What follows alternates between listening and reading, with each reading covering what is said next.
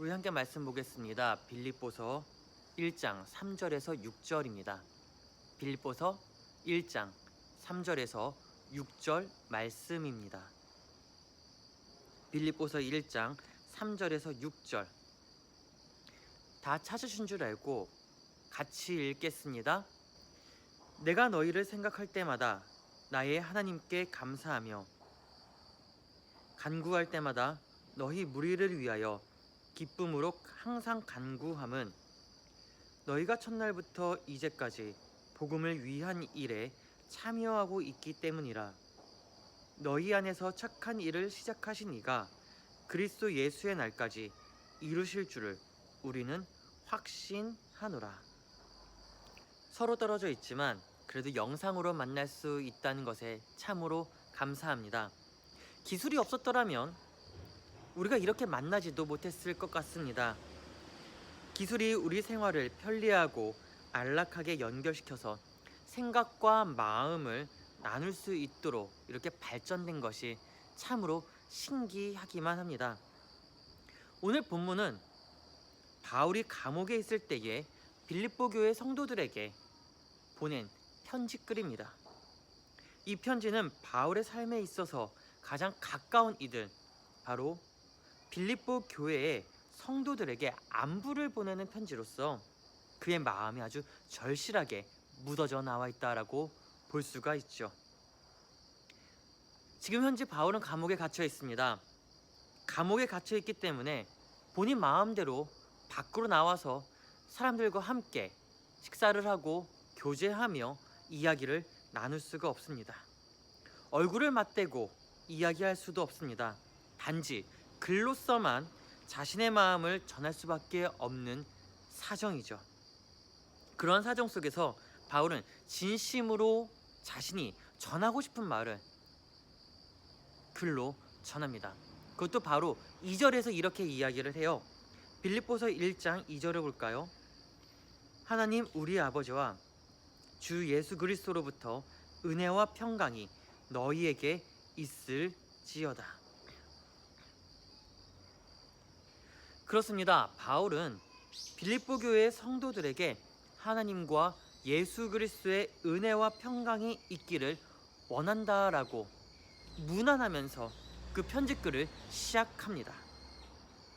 지금 바로 이 시기가 하나님과 그리스도 예수의 은혜와 평강이 있어야 되는 시기다라고 볼 수 있습니다.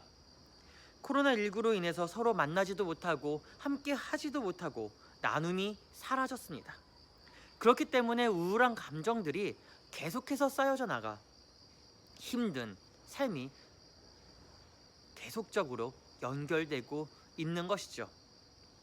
우리 모두의 삶에 하나님과 그리스도의 은혜가 그리고 평강이 함께 하기를 주님의 이름으로 축복합니다. 다시 본론으로 돌아와 바울은 편지를 통해 감사와 기쁨으로 간구하겠다라고 합니다.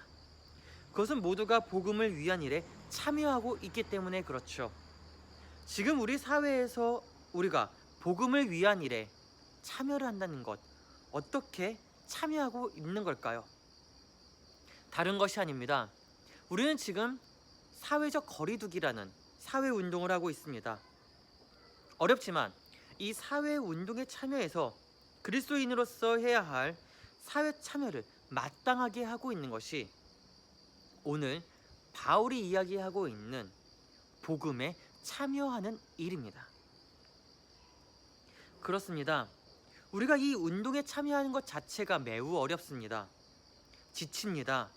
오랜 시간 동안 걸쳐서 만나지 못하고 이야기도 하지 못하고 그저 랜선으로만 연결되어 있기 때문에 그렇죠. 그럼에도 이 운동을 해야 하는 것은 그리스도의 복음을 전할 수 있기 때문에 그렇습니다. 우리가 나가서 만남과 전함으로만 복음을 전할 수 있는 것이 아니라 우리 삶의 모습으로 또 그대로 전할 수 있다는 것을 기억하기 바랍니다. 그래서 오늘 본문 5절에 이렇게 이야기를 해요. 너희가 첫날부터 이제까지 복음을 위한 일에 참여하고 있기 때문이다. 뭐라고요? 복음에 참여하고 있다. 복음을 위한 일에 참여하고 있는 우리 꿈이 자라는 땅 친구들이 되기를 바랍니다. 그렇습니다. 바울은 우리에게 다시 이야기하고 있는 것은 복음을 위한 일, 그 일에 참여하여서 하나님께 영광된 삶으로 보여주라는 것입니다. 지금까지 우리가 좋지 못한 행실들이 있었습니다. 많은 집회들도 참석을 했었고요. 또한 보수단체들을 함께 선동해서 이야기도 나누기도 했었죠. 그런데 이 기회를 통해서 진정한 그리스도인으로서 하나님의 영광을 보여주는 우리가 되기를 바랍니다. 때로는 마음에 들지 않을 수도 있습니다. 때로는 왜 그렇게 하는지도 모를 수도 있습니다. 하지만 각자에 있는 그 자리에서 하나님 말씀하신 그 복음의 행태, 복음의 말씀을 삶으로서 보여주기를 주의 이름으로 축복합니다. 마지막으로 착한 일을 시작하게 하는 것은 그리스도의 마음이 우리 안에 있기 때문이다 라고 바울은 이야기합니다. 그리스도는 우리에게 착한 일을 하라고 말씀하십니다.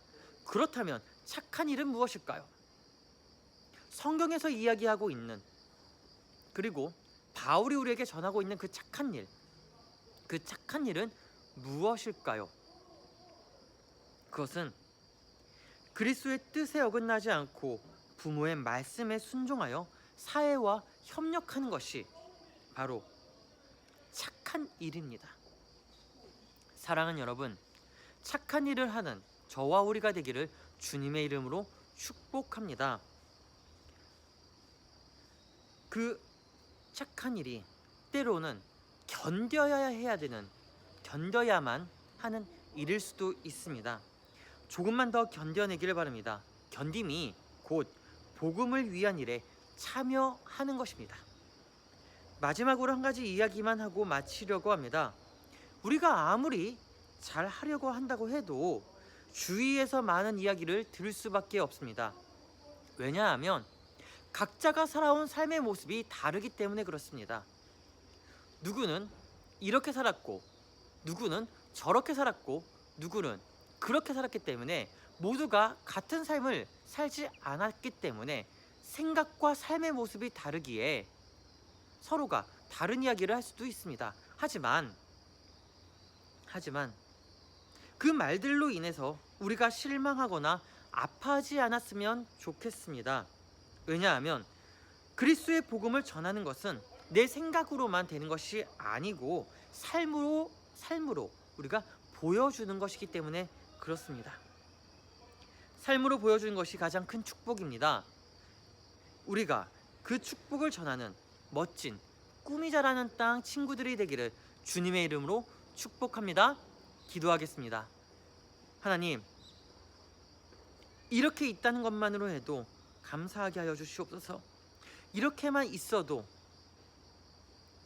불평을 터뜨리는 것이 아니라 랜선에서 만나고, 또한 랜선에서 같이 소통하고, 또한 랜선에서 우리의 모습을 볼 수 있게 하는 것에 감사하게 하옵소서.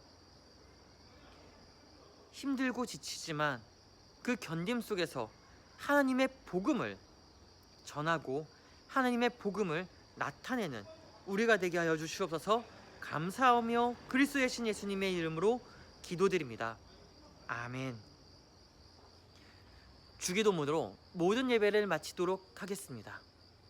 하늘에 계신 우리 아버지, 아버지의 이름을 거룩하게 하시며 아버지의 나라가 오게 하시며 아버지의 뜻이 하늘에서 같이 땅에서도 이루어지게 하소서. 오늘 우리에게 일용할 양식을 주시고 우리가 우리에게 잘못한 사람을 용서하여 준 것 같이 우리 죄를 용서하여 주시고 우리를 시험에 빠지지 않게 하시고 악에서 구하소서. 나라와 권능과 영광이 영원히 아버지의 것입니다. 아멘.